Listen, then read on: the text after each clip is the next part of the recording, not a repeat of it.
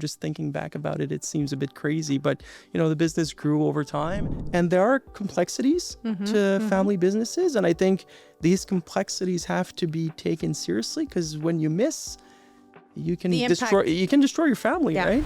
But there's the realities of the executives, the managers, the team members that have to work within a family business. But in the end, we have to rally behind the decisions of the business. And every single decision comes through you. That's it. You feel like a complete bottleneck. And that's where you feel it in your business. Welcome to a new episode of Confessions of Leaders. I'm Chloé Caron, founder of O2 Coaching. And today, boy, oh boy, am I excited to welcome someone who truly dared to step up, not only professionally, but personally as well. I'm excited to welcome William Breton. He's the vice president at iFinance, and he was part of our first cohort of Zones Grises, a program that I collaborate on with BMO Quebec. And this program is designed for anyone who will succeed to their parents in the family business, to navigate ambiguity, navigate gray zones, as it's called, invisible tensions, and unspoken challenges. And to really, when it comes to that, truly transforming it all into leadership power. So I invite you to listen, to feel, and maybe even recognize yourself in the gray zones that William talks about. William, I'm so excited that you're here with me at Confessions of Leaders. We've worked together in Zones Grises. And I'm really curious, for the people that are listening and watching, who are you and what do you do, and what's kind of the context in which we met? Yeah, so we have a family business that was founded by my father back in 2012, and we were quite young at the time. You're still pretty young. Yeah, I know. So we were really young. Yeah. And so my father in 2012 founded a business called Iceberg Finance. So what we do is we're a fintech lender. We lend money. And Iceberg is really concentrated in the automobile industry. So we'll finance cars, we'll finance insurance products, extended warranties. We'll do unsecured lending to finance accessories, rims, and tires. So that's really how everything started. As a startup, a company that, everything was to build. I remember we were doing business with an Excel spreadsheet at the time. Just thinking back about it, it seems a bit crazy. But, the business grew over time. And then we acquired a company called iFinance Canada in April 2022. So it's just been around 3 years. And iFinance is also a fintech lender, but in industries like medical, dental, retail, point of sale. So we have an amazing national presence. We obviously grew the team by a lot. And, we're having fun doing what we do. So let's go back to that moment where your father sat you down at the table, the family table in the kitchen, I'm assuming, and said, okay, you know what? I think I'm going to start a business. What was that conversation? What were the questions perhaps you had at the moment? And I think it's actually important to give a bit more context. So my father was in the insurance business before. So he founded an insurance brokerage firm, and he was doing that for 35 years. And in January 2011, he sold his business, and he was around 54 at the time. And I think his plan was, I'll just sit back, relax, enjoy life, and we'll see how things go, and maybe have a few investments here and there. And that lasted like 2 months. And he was going crazy at home, just doing not much, because you're used to going to the office. And like many entrepreneurs, and we're going to talk about it at some point in our conversation, I'm pretty sure, because the identity of an entrepreneur and their business is so aligned that it is difficult to imagine not working. And that definition of a pure entrepreneur, that's my father. He is a pure entrepreneur. So, through his insurance business, he had built some relationships to build an insurance program in automobile dealerships. So that's how he kind of got to know about the automobile industry. And then through relationships, he was like, why don't I start doing lending in the auto space? But before that happened, and to your question earlier, that's where he was thinking about starting a business. And he really is a family guy. And so is my mother. Even if she's not involved in the business, she keeps everything together. We say she's the real boss. That's it. That's what your dad said. Yeah, she's the real boss. And I remember we sat down in the kitchen, round table, all 3 kids were there. And I think I was like 19 or 20. My sister's younger, so she was probably around 17. And my brother's older, so he was around 24. And he was talking about, hey guys, I want to start a business. I'd love for us to do it together. What do you guys think? Here are the realities we need to do, and we can talk about it today. But the distinction between business and family family, and the line is sometimes really thin, and you got to be careful there. So, we had all that conversation, and I'm not sure, looking back at it, we were so young, like, still living at our parents' house. We didn't necessarily understand everything that represented, but I think it was good that we did have these conversations early on. This episode is brought to you by O2 Coaching's One Team program. Join the One Team program to build a cohesive team that drives success. When you and I met, it was 2024, and so we were in Zones Grises. What actually excited you about this program? Like, what did you want to get out of it? Yeah, I still remember I got a call because BMO are the ones that organized that, right? Yeah. And I got a phone call from someone at BMO, and he said, William, we have 2 girls from Montreal. They're in family businesses, and they're going through situations and some challenges. And they asked BMO if we had some clients that were in similar situations. And from these conversations grew, let's create a group of, kids and parents that are in family businesses to talk about these realities and these challenges. And when he said that to me, I was like, that's true. I don't know that many people that are in family businesses. And there are complexities to family businesses. And I think these complexities have to be taken seriously, because when you miss, you can destroy your family, right? And I'm someone that comes really from a place of yes. I rarely say no to phone calls or interviews. I think it's created so many opportunities over the past years. So I said, I'll give it a try. And, it's been great, because here we are today. You see everything that's created afterwards through that relationship. So I'm assuming you didn't know what to expect exactly. No. But what became clear for you as we moved forward in the journey, in the process? Like, what was the shift for you? I think for me, the biggest thing was, and like, I'll talk for myself, I'm very focused on growth, and it's a fast-paced business, and we've grown extremely quickly. And that comes with very ambitious goals. And I mean, I think as executives in business, you got to put the momentum in your business, and you got to constantly push. And if we stop pushing, then people probably start pushing too, right? Yeah. So we have that constant pressure to build the business. And with that comes the day-to-day of everything in the operations. And we rarely actually take a pause to say, hey, let's think about what happens to my brother in this situation, or my sister, and how does my dad feel? Like, we don't usually stop to think about these things. But I think that was the biggest one for me. Was I remember some questions you asked, I was like, I don't have the answer. And you got me thinking. That was kind of the aha moment for me to say, hey, things are fast-paced, but we need to take a pause. We need to have these conversations. We need to make sure we're aligned, and maybe not take for granted that, we're all aligned. We all think the same way, when it's maybe not the case. Yeah. And it's interesting, because now we are working together with your managers and your leaders in your organization.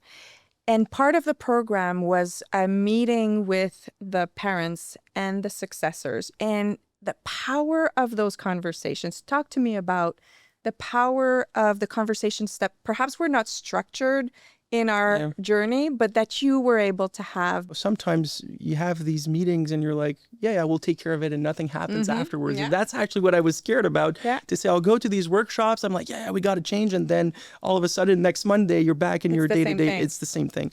And I wanted to make sure that didn't happen. So I still remember coming back from these workshops, I used to sit down, with my father and my sister and my brother, and I used to kind of give a summary of, what the workshop was about, the challenges that people were experiencing. I think for me, the biggest thing was the vision and the strategy of the business is so clear to me. Like, I know exactly where we want to go in 12 months, 24, and 36 months. And I took for granted that my immediate family thought the same way. And I also took for granted that our executives and our managers thought the same way too. When you actually take a moment to talk to these people, it's not always the same way. And, I'm not even sure if we're going to talk about it today, but there's the realities of a family business, but there's the realities of the executives, the managers, the team members that have to work within a family business, which I got to learn too.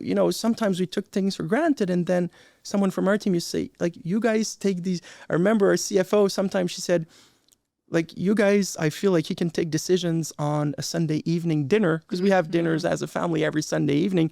It's not the case. We don't even talk about business. But that's the feeling that she may have had at that time. And that's where I'm like, you know what?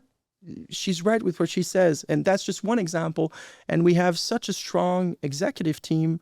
And as you're growing your business, you quickly realize you can't build this on your own. Like, you need strong people, and you need to make sure these people are aligned with where you want to go. The alignment is so important. And you're right, because your executive team is what, 6, 7 people? Yeah. Which is a sophisticated organization. Yeah. You cannot make those decisions the way you used to. You have to be able to work with them as if you were not a family. Yeah. So what did you put in place after that? It's actually that executive committee that was created. Yeah. It's a committee that we have about every 30 to 45 days. We also have a directors committee with the different departments. So there are ways for us to communicate, to the team. We also have now quarterly town halls with all the staff. So all hands on deck, and we share what happened in the quarter, what's going to happen next quarter, the projects we're working on. And I think that was the biggest challenge for us, going from a startup of 5 people to around 200. And that happened in, around 8 years. You don't manage the business the same way when you're 5 than when you're 200. And your role, as an entrepreneur is not the same when you're 5 than when you're 200. I still remember I used to go do car repos with my brother. We'd go, both of us, with 1 car and then come back with 2 cars. And it seems crazy, but we had to kind of do everything at the beginning and test it out. And today it's more about, hey, I need a director for this specific competency, and I trust that person to be the best. That's kind of what we'll be working on together, with the different workshops that we have. But yeah, that's been pretty good. And I think where our business is a bit different is, yes, we're a family business, but we have outside shareholders. And there are family businesses, the family owns 100% of the business. It's not our case. So we have people that, in 2015, they're still there today. They invested in us, in the strategy, in the business. They've been amazing business partners. We have a board meeting every month. We've never missed a single one. And they're all people, the common denominator is they've all built their businesses from the ground up to very nice and known businesses today. So that kind of takes away also, I think, one part of the family business where there's a lot of emotion and there's a lot of ego. For us, there's the business and there's people that invested in it. So every single decision we take is about what's best for the business. Let's take away the emotions. Let's take away the egos. What's best for the business? How can we deliver for our shareholders? How can we deliver on the strategy, on the vision? And I think that's kind of been really good in making sure that, everything's been well for the business, but for the family. The focus on the business is definitely anchored in that, in the shareholders' view and benefits. So you did talk about the role of you as a leader. Talk to us about your role now versus when you started. How did it evolve? What was difficult in evolving your leadership in the context? I think the exact numbers, like I'm employee 4 or something, and my brother's probably 1 or 2. Yeah. And my father, I think, is like employee 50 because he didn't take a salary for the first, whatever years, because we had to build the business, right? Yeah. So it's a lot of sacrifice when you're starting, but I think that also motivated us to want to succeed and turn that vision into reality. But at the beginning, our role was we're a lender, so we did credit and collections in the same day, and we repoed cars in the same day. We were in a 1,200 square foot office, so it was really small. And did you have a title at the time, or I don't think so. No, I don't even remember, but I don't think so. Yeah. And then you were employee number 4. Oh, exactly. Yeah. And then the business started growing, going from 4 to 20 people. And then you see departments start to create credit, collections, accounting, sales. Exactly. Yeah. So I always took on a role more in terms of the operations. In terms of my brother, we took the decision extremely early on to say technology is going to be our core focus. And we were, for the first maybe 4 or 5 years, we were doing business with a third party for our technologies, but it's extremely costly. And a lot of knowledge was lost when, we had to go to third parties. So we said, hey, why not create our own IT team and we'll start building that in-house. And my brother, he's very analytical. He knows a lot of technical stuff. So he took a role more with our IT team, and he's been doing an amazing job there because IT's been really at the core of our business. It's a sensitive department for us. It's grown to 35 developers. Yeah. So, we have a good momentum there. And then my sister came in about 3 years ago, and she's with me in operations. I think naturally kind of all the roles fell into place. Everyone, I think, is happy with where they are. And it also gives some expertise to different departments where, for example, if you're building an IT team, they're developers that you do bring in, they know IT, but they don't know our business, our reality. So my brother coming in, he had all the expertise in terms of the operations and what we do. So that really gave a nice bridge. Nice bridge, a nice uplift for that department to really get going. So, it's been What good. were some of the harder conversations? So it seems like already it was very natural, the roles that you played, which is not always the case in family businesses. There might be some feuds between brothers and sisters or siblings. But what were some of the harder conversations you had to have within your family because of the business? To be honest with you, in general, things are going really well. I don't even remember us, getting in an argument. Obviously, as the business grows, I think there has been some conflicting views in terms of, hey, we want to go in that path for our growth or in that industry, but not everyone agrees. But we have a saying, again, going back to what I said, what's best for the business? So, and we say we can argue, we can debate, but in the end, we have to rally behind the decisions of the business, and we have to believe in it, and we need to make sure that we're all aligned in that vision, that strategy. So, we did one acquisition with which was iFinance. There's been probably over 40 acquisitions that we looked at, but we want to be disciplined. But those are conversations that we had, different industries that we wanted to pursue. And, we've all been right and we've all been wrong looking back in retrospect. I still remember there was a program that we wanted to get into, and we did. It was a mistake. We lost a lot of money on it. We shouldn't have. And some people were for it. Some people were against. I think, though... But that's doing business. It's doing business, and I'll say for me, I'm from a mentality of, I'm not a perfectionist, not at all. And I prefer being 80% good 100% of the time. And when you're 80% good, it means that 20% of the time you'll make mistakes. It happens, but at least it gives you that momentum to go forward and push and push and push. And the mistakes that you do, you live with them, you fix them, and you move on, but at least you keep that momentum going. So I love this saying. So you'd rather be 80% of the time right than 100% wrong? Or 100% right because you're a perfectionist and it's always going to be perfect. But it's less opportunities. And you lose so much momentum in doing it. You'll never be right. But I guess that's maybe the entrepreneurial spirit where...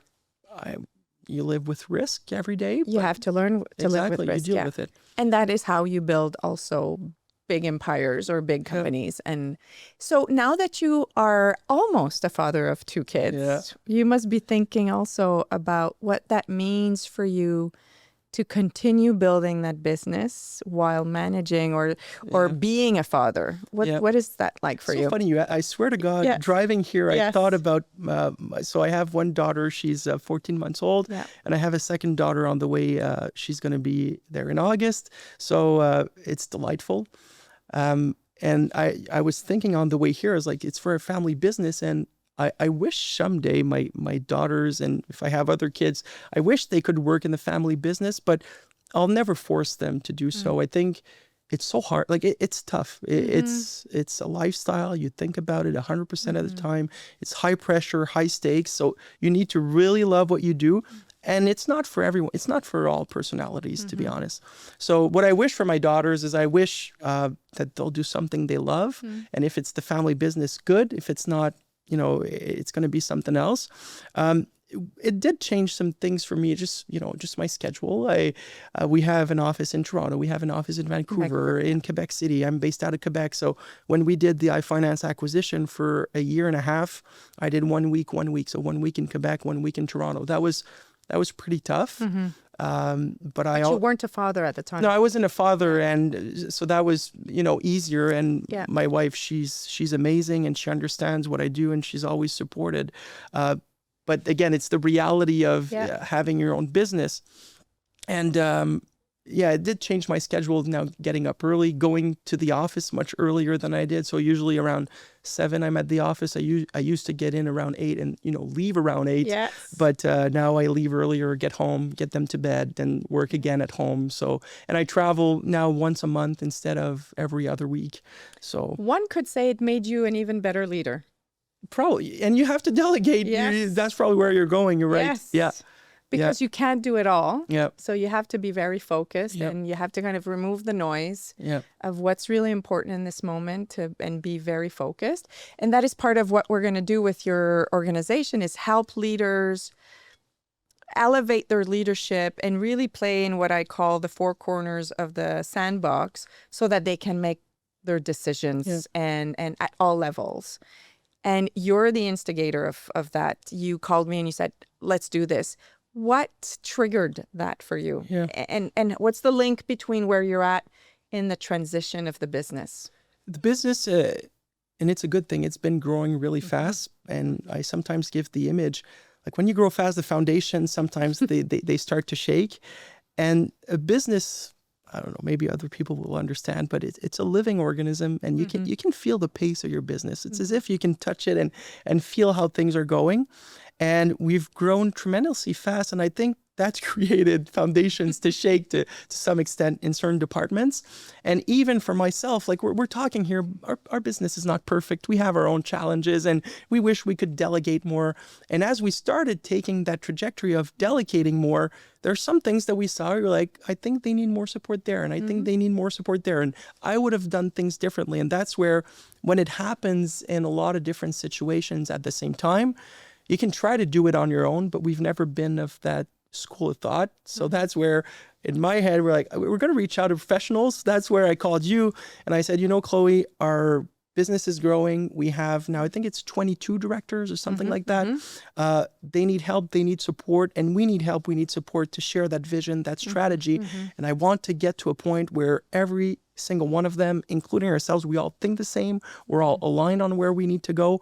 But that takes work, and that's what we'll be doing together. It takes alignment. You know what surprises me? That 53% of you who listen to the podcast have not yet subscribed to my YouTube channel. Before we start, can I ask you to actually hit the subscribe button to show that you really appreciate what we're doing here? And I promise, this is my commitment, to do everything in my power to actually make these episodes better and better every time, and to make sure that we talk about topics with guests that really interest you. It really speaks to your leadership and your kind of the stage at which you are at in the family business, really wanting to create a strong executive committee. And so the shift, talk to us about that shift. When did you realize, and when we did talk about it lightly, but when did you realize that you could no longer continue this way, you yourself, and the desire to create a strong executive committee, knowing that without it, you couldn't move forward? And that's the first question you need to ask yourself. And also when you're in it is, who's going to be on that executive committee? Because it's one thing to create it, but you want to make sure you have the right people around the table. So it takes time. I think it takes time for yourself to analyze it, to see how things are, but it also takes time to evaluate who you want to make sure is going to be around the table. Our executive committee is amazing. If I could pick and choose every single one of them, I would. And they've developed an expertise in certain aspects of the business that's even better than ours. I think what really triggered it was so much was happening at the same time.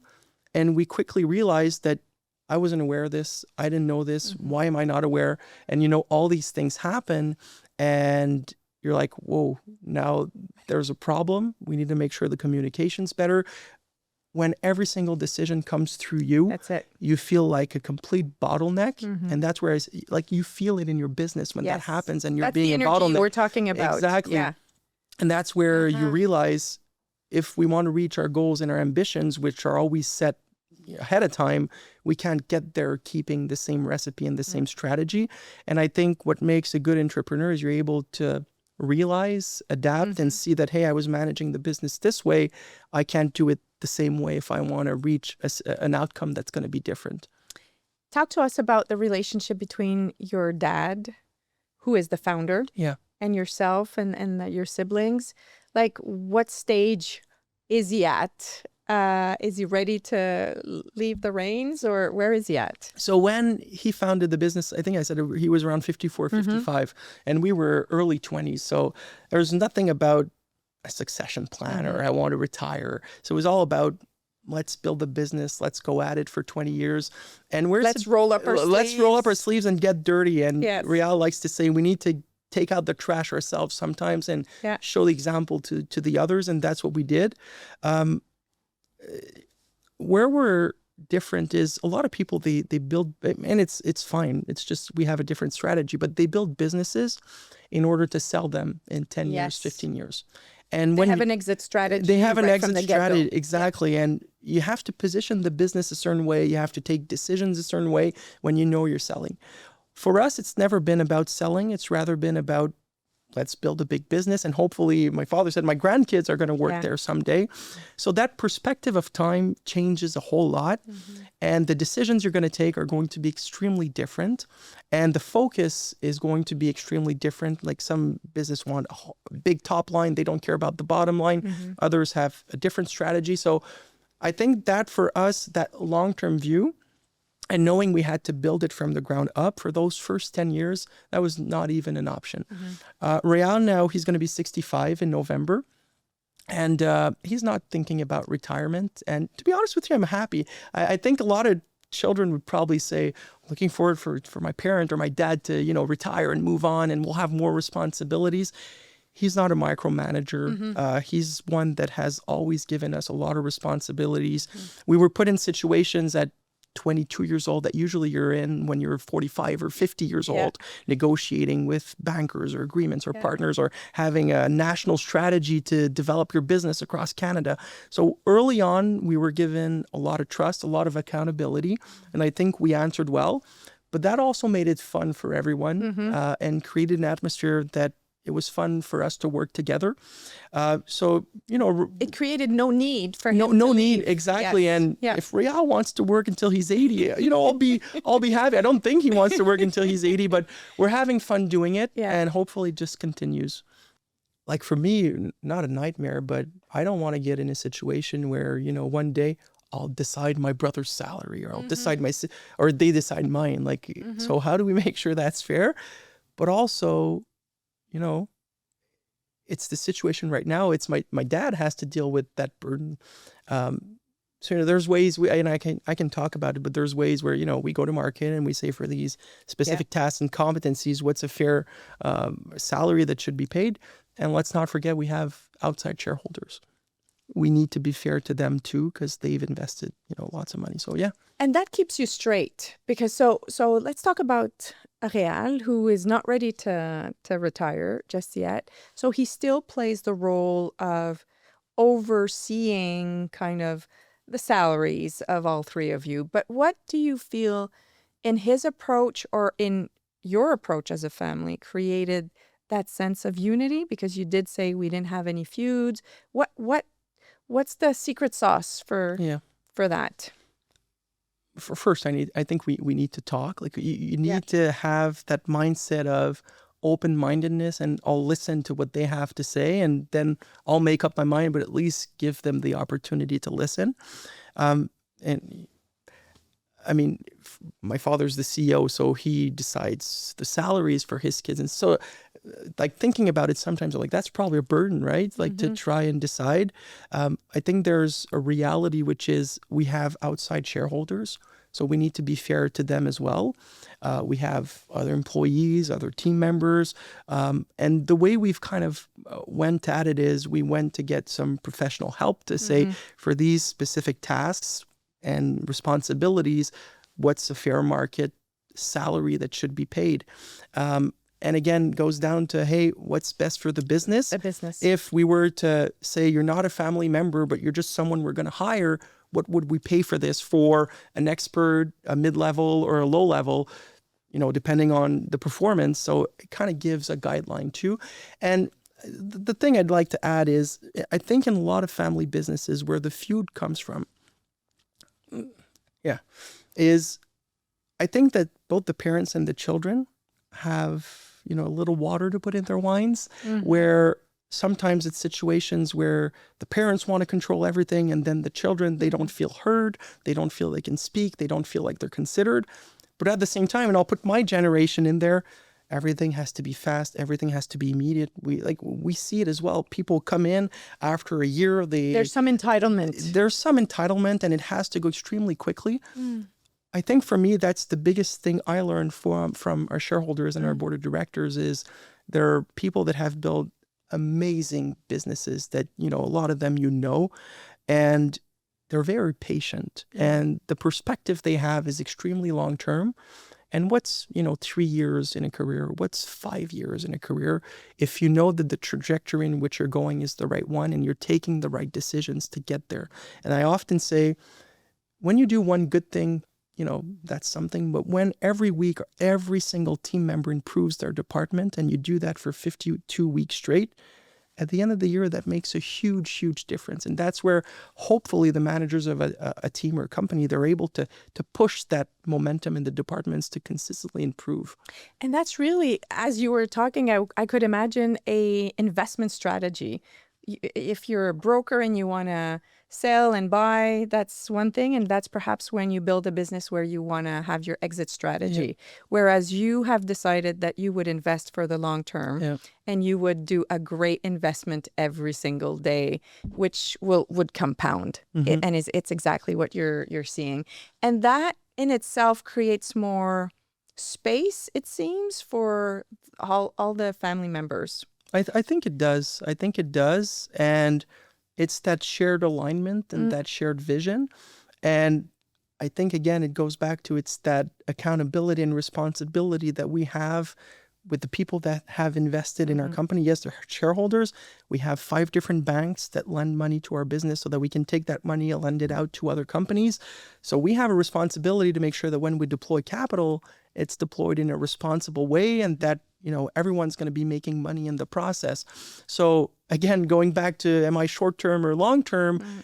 If we want to do business for the next 50 years, we're not ones to go and destroy these relationships and that trust that people put in our business. Whereas someone that wants to flip their business in 10 years, obviously the perspective changes. What's next for iFinance and Iceberg? What's next for the next, you have that vision. Yeah. What is that vision? We talked about it at our last executive committee. What I love is, and I'm not sure, is it going to take 5 years, 10 years, or 20 years? Who knows? But I'd love for iFinance and Iceberg to become household names in Canada. And when people think about financing or they need money for something that the bank is not willing to finance or provide a service for, I'd like us to be that household name in Canada. I think we did a great decision in diversifying. Iceberg was in the auto space. We diversified into a lot of whole other industries. We have a lot of plans on the drawing board to continue doing so. Last year, we announced a relationship with Circle K in Ontario, where we're giving out loans through Circle K stores. So the possibilities are tremendous. Horrendous. Yes. Yeah. And I think we'll do good in making sure that we build a nice business, but hopefully we do it in a way too that not only our family, but our shareholders, our team members, our executives, if you do business in a way that, puts other people down or makes it miserable for others, that's not the type of business people that we are. I think there's a way to build businesses that is fair, equitable, that is fun, and building a business should be fun. Not every day. We all have our challenges. And some days I come to the office, I'm like, I have to deal with all this crap.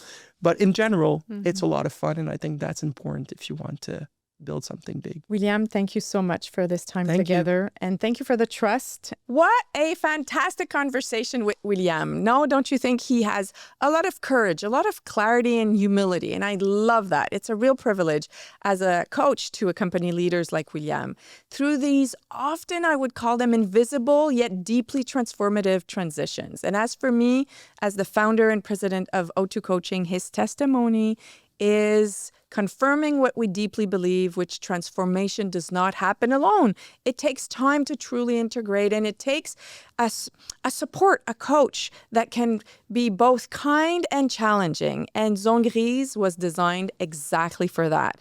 And through what he shared today, it's clear that it's more than a process, more than a method.